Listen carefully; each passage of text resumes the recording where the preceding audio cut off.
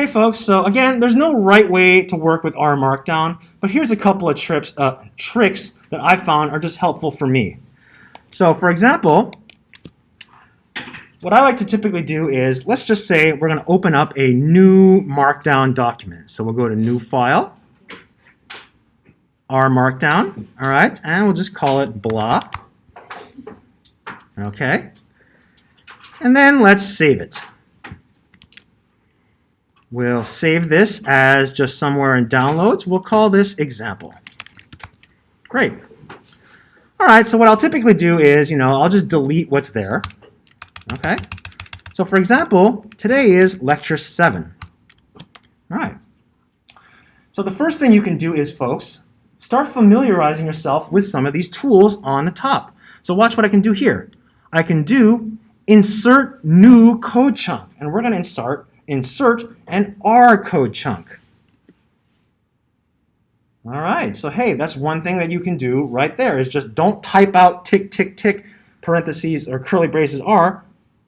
Just use add new code block. Next, what I'm going to do, for example, is, okay, what do we need to do whenever we work with data visualization? We always got to load our packages, right? So let's take that code, copy it, paste it here. All right. Now there's two ways you can run this, right? You can either knit the whole document, which I'm going to do right now. All right, so let me just quickly knit it. Okay, so that does things over there. But also, folks, you can also run this code in your console below by hitting play. Does everybody see that? Run current chunk. So that way, you only have to type it once, save it, but if you want to run it, just hit play. And what is that going to do? It's going to run it below for you like that. So you don't have to copy and paste anything. Just click on play. Any questions? All right, so let me close that. And you know what? I'm going to add a new code chunk here. So I'll go here, new code chunk. All right, let's go back to the reading. And let's take, where's the first bit of code? Again, remember, everything has to be copied. So I don't need to do that. I can just do that. I'll copy that. I'll paste it here. And then let's make a visualization pop up. Once again, if you press play, it'll run that code. And what will it do? It'll draw up the image below. So again, folks, what I suggest you do, but feel free to do whatever you like, is you can copy over your code to the R Markdown document and save it so that you don't have to keep retyping stuff over and over again. Are there any questions? Right here. I'm just curious on how you can change the font. You change the font of this whole in the document? Yeah. Okay, that is something I don't know off the top of my head, but you know what? One thing we're going to learn in this class is how to use Google effectively. How do I change, or whatever your favorite search engine is, Google, DuckDuckGo, Bing, Baidu, whatever you like. How do I change font in R Markdown document?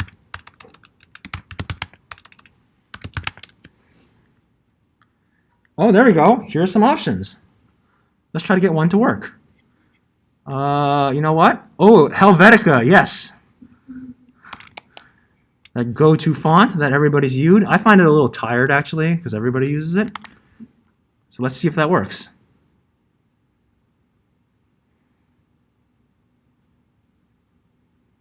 Oh, you know what? It may take a little bit of experimentation, and I know I can help. I can definitely answer that for you during the break. But that's how I would figure out. Okay, how do I change the font? Unfortunately, it doesn't seem to have worked right here.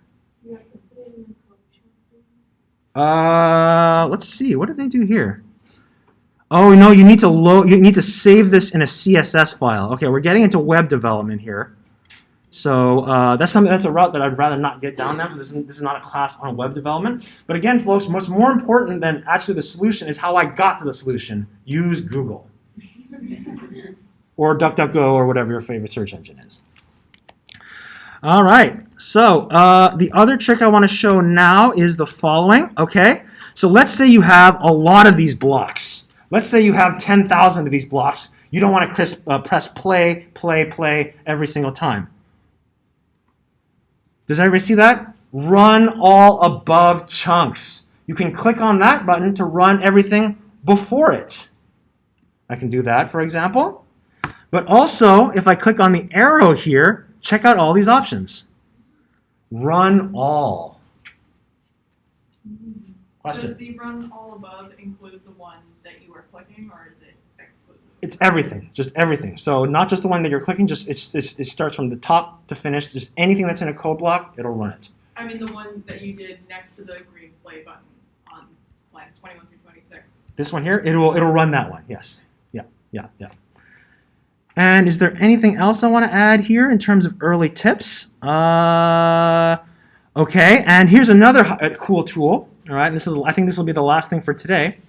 Let's say you don't want to run an entire code block, but you want to run just say half of a code block, right? Because if you click on play, it'll run everything. If you want to only run this on a Mac computer, you press Command Enter. On a Windows computer, you press Control Enter, and it'll run only what you've highlighted. So for example, if I want to only run this, Control Enter, you see it only ran that subsection. Sometimes you don't want to run an entire block, you only want to run subblocks. All right, questions? Right here. Do you mind just repeating that last part? Sure. If you click play here, all right, if you click play, it's going to run everything from 22 to 25. But sometimes you don't want to run everything, you want to run a sub-portion of it. So for example, let's say you only want to run this. Well, then you highlight it, and if you're on a Mac, you press Command Enter. If you're on a Windows, Control Enter. It'll run only that part. In this case, just loading that data set, or viewing that data set. Yeah. Any other questions? Right here. I noticed for this one, because you loaded the data just showed up as a table below the code block. Yeah. Would it ever, is it only going to show up below the code, or would it like pop up in a new tab? Because when you run the whole code. Okay, so let me run the whole code thing. Okay. It shows up. Okay, so there's two things here.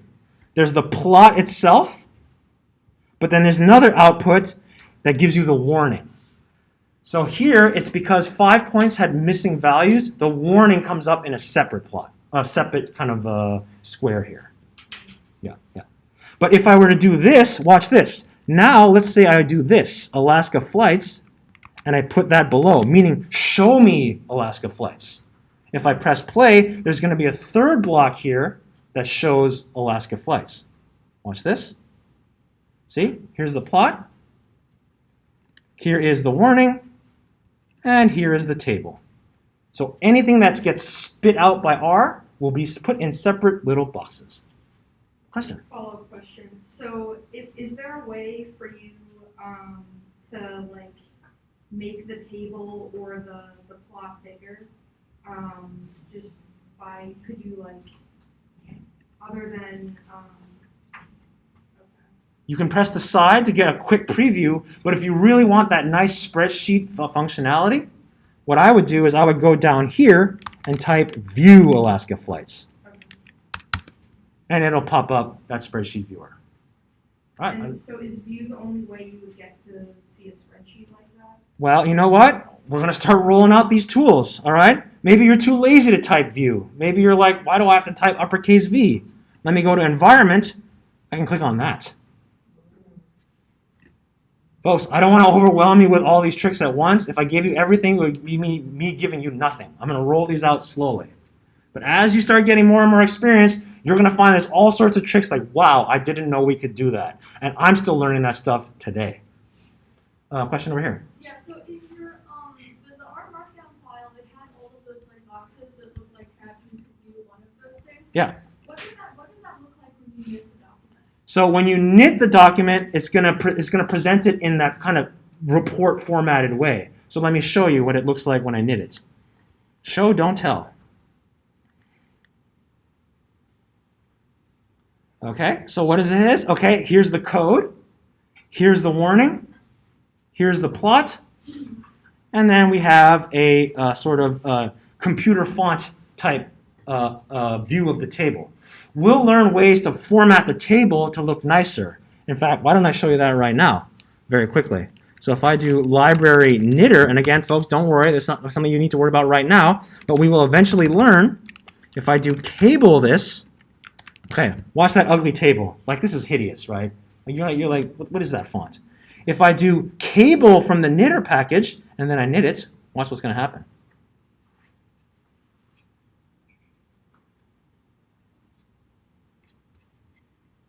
Ooh la la. Folks, presentation matters, all right? If people see your report and they're like, man, this is ugly, what do you think they're going to do? Throw it in the trash. So folks, becoming an effective data science is about being empathetic to your reader. If your reader doesn't want to read it, they will not. Our attention spans, mine included, have all been hopelessly shortened by the internet and television. You have a finite amount of time. Folks, that's just me. I'm sorry. I'm saying that about myself. I shouldn't speak about you folks. No, but it's true. You have a finite amount of time to get their attention, and if you don't get their attention, they're going to go somewhere else. This is sort of like that click economy we live in, which has its pros and its cons. Yep. Great questions. Anybody else? All right, I will stop the recording. I will